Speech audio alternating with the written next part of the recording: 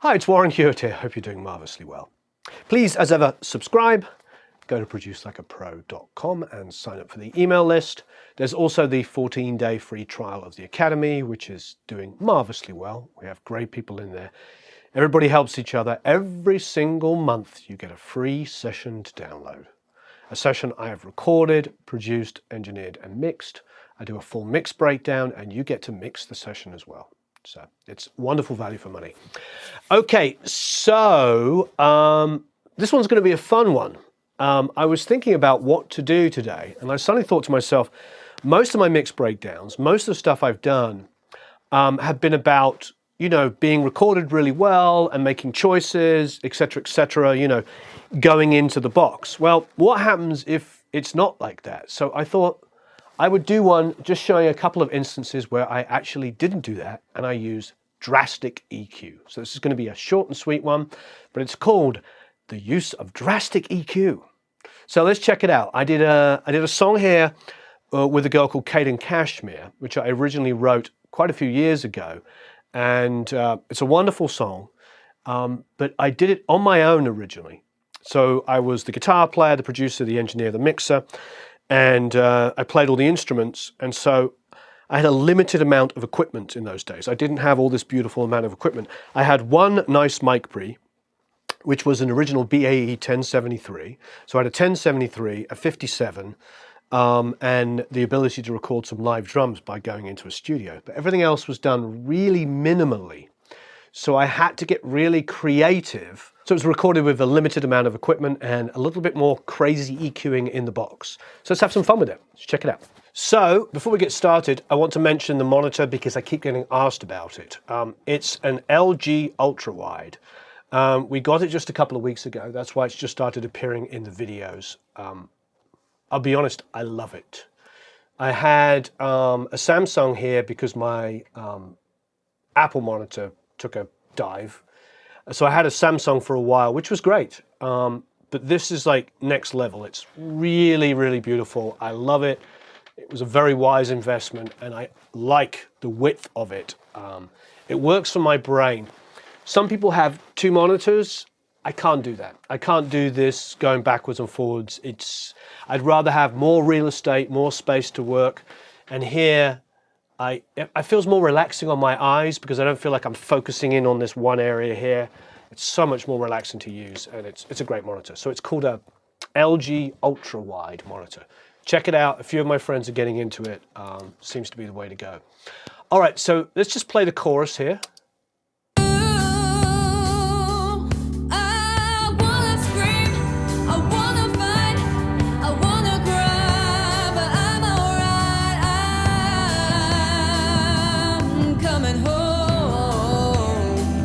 I'm going to mute the lead vocal for a second so you can get a better idea of the chorus. So I've got my little Keith Richards guitar. And there's no keyboards in there, but there's some weird kind of ambient stuff going on.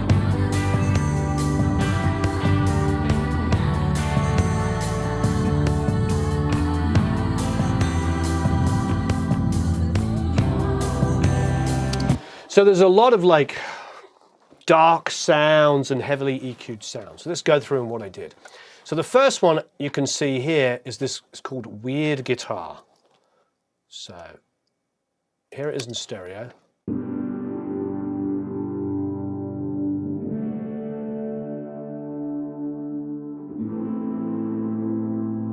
So let's take off all the EQ just so you can hear the original source guitar. Here it is.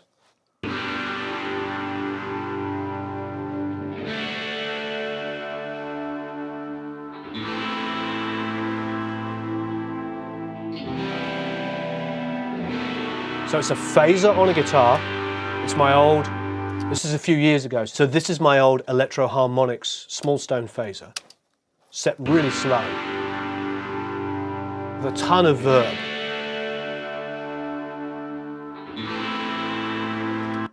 So that would have been the Electro Harmonics. So Holy Grail and a phaser pedal and the small stone phaser. So it's two Electro Harmonics pedals, which I still really, really enjoy.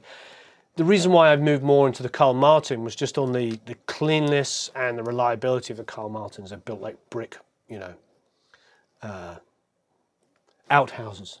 But I do still love the electroharmonic stuff, and the big muff gets used all the time, so does the small stone. And those are actually the Sovtek ones, just so you know. So let's put the EQ back on.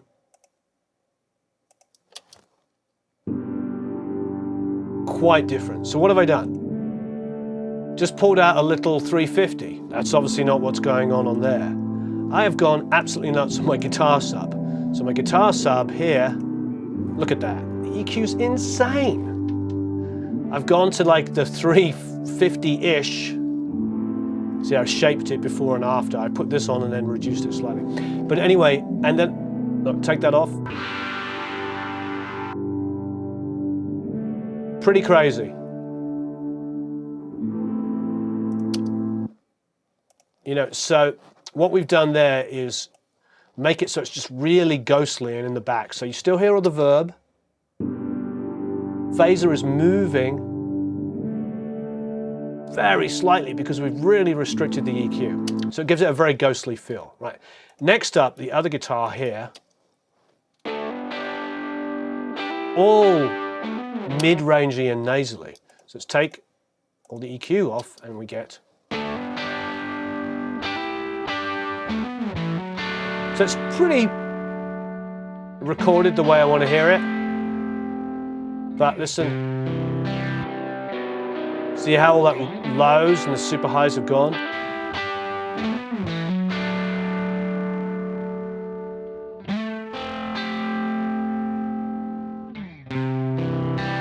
And it's on a stereo track, but it's two independent guitars doubled. So the EQ is crazy.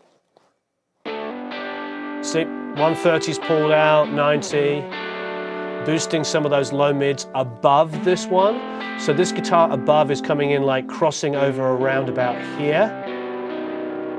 And this is literally starting above that, but then it's not super high, so we get this.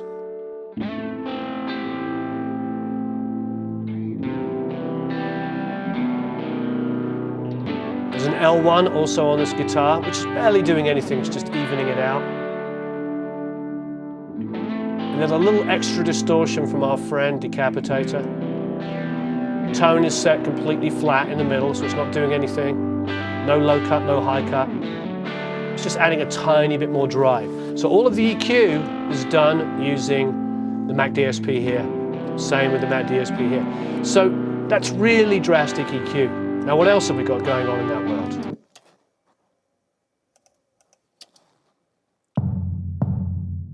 Look at this.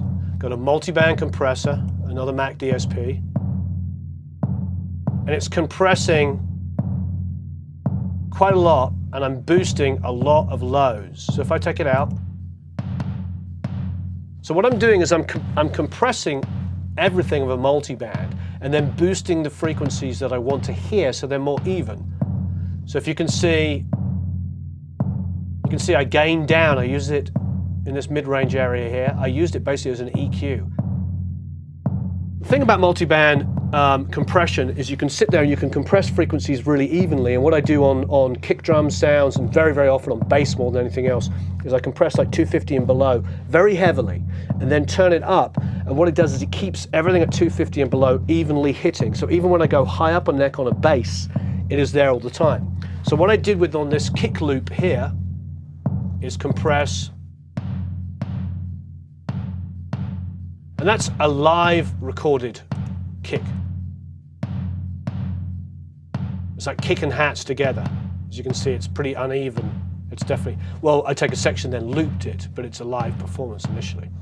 So then you can see I'm really heavily compressing the lows here. Let's solo it.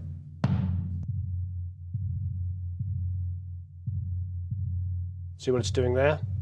Compressing the lows very heavily and then turn them up so they're even and always in there.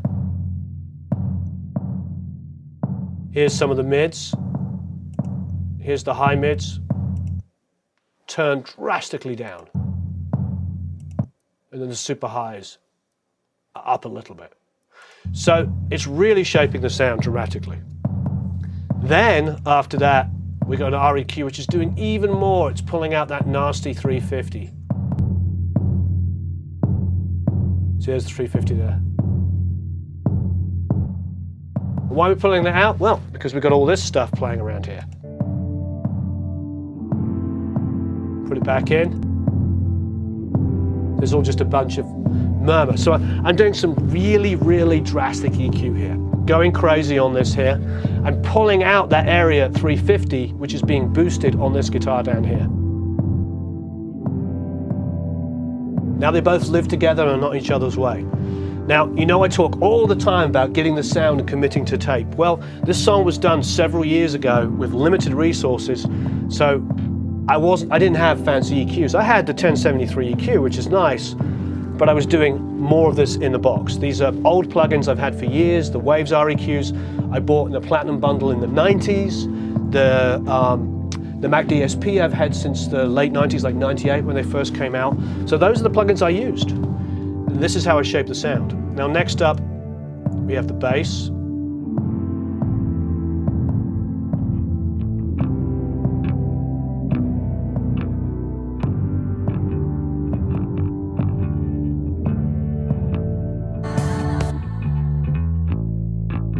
And you'll know with the bass here, I got pretty crazy on this.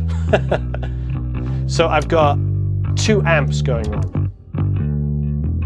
Bottom amp here is very crazy. It's got 200 rolled off. This one, the 200 rolled off, but with the distortion adding. So I'm using this other amp to create some edge. But this is where I've gone nuts on a DI. You're probably going to laugh at me. The DI is really heavily EQ'd. See, 150 and above, gently rolled off. Then I've got a C4 on it, and I'm going nuts, compressing it evenly, and then believe it or not, 2 other MC4s. Because look, here's the EQ sound. First C4 is doing quite a lot. Then this MC4, getting better. The last MC4, it's all lows. So look, you could probably do this with one C6. People have been talking recently about how the C6 sounds great. You know, you hear me all the time. I like to do general small amounts of EQ. But remember, a lot of this time, the process of the way that I'm mixing is I don't get it right first time. I don't get it right first time. So what happens, it's really important, I'll say it one more time, I don't get it right first time. So I may have had the 1 C4 on there, and then as I'm mixing, I need a little bit more low, so I stick on this other one. It's getting close. I stick on another one. It's the process that comes, and it's breaking down the process. I don't then go backwards and try and find one plugin that does these 3 things, because if that's my process of mixing, that's what happens. Very, very often when you're mixing in consoles and with plugins, you apply a plugin, you do a little boost on the EQ on the console, it feels right, but you want a bit more lows, but you don't have the extra low boost still available for that frequency because it's already been tied in on the console, so you go back and boost it on here. The point is like, there's no right way or wrong way to do it. Just be willing to just kind of tweak as you go.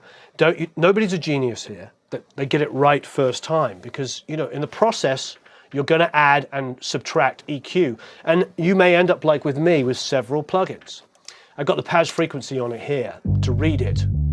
So this is what's going on. So it's like 250, 500, minus 60. But at like minus 20, it's all in this area. So that's where our bass sound is mainly living here. So then we add our amp with the distortion on, and then the one without the distortion. So you can see a lot of drastic EQ going on. Okay, so that's our bass with our main drum loop, playing the kick, the 350 guitar, and then our mid-range guitar.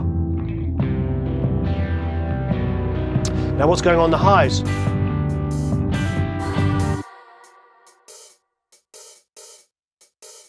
Little hi-hat.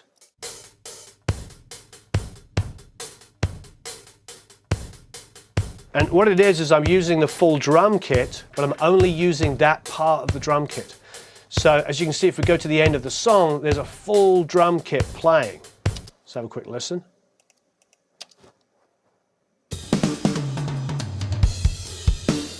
So full drum kit playing there.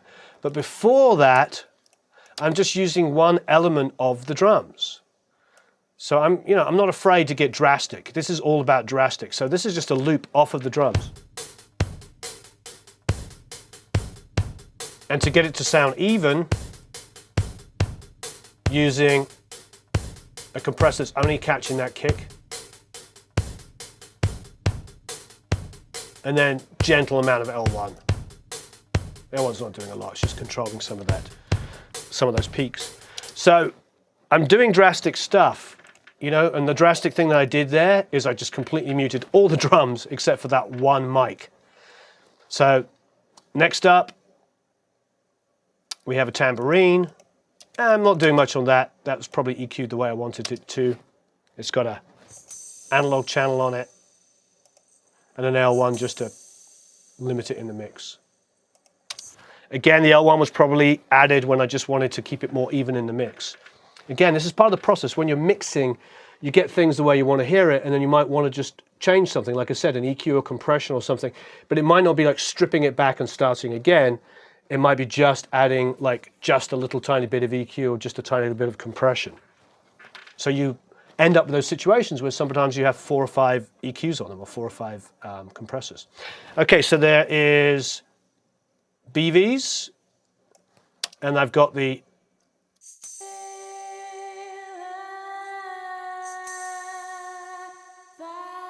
just a de-esser on it, the Mag DSP one, so nothing major. On the bass there's the MV2, our old friend MV2, just to kind of keep them up front, and then a bit of lo-fi, bit of distortion. So nothing drastic on that. That's I wouldn't call that a drastic one at all. I did print a BV reverb, which is quite crazy, and that's got a lo-fi on it as well, just to distort it lightly. So there's a blend of all of the different backgrounds there. So one more listen.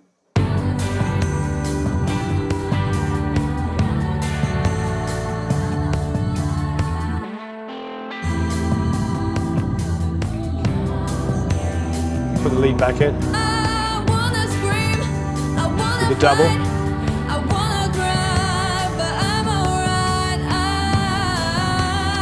Cool.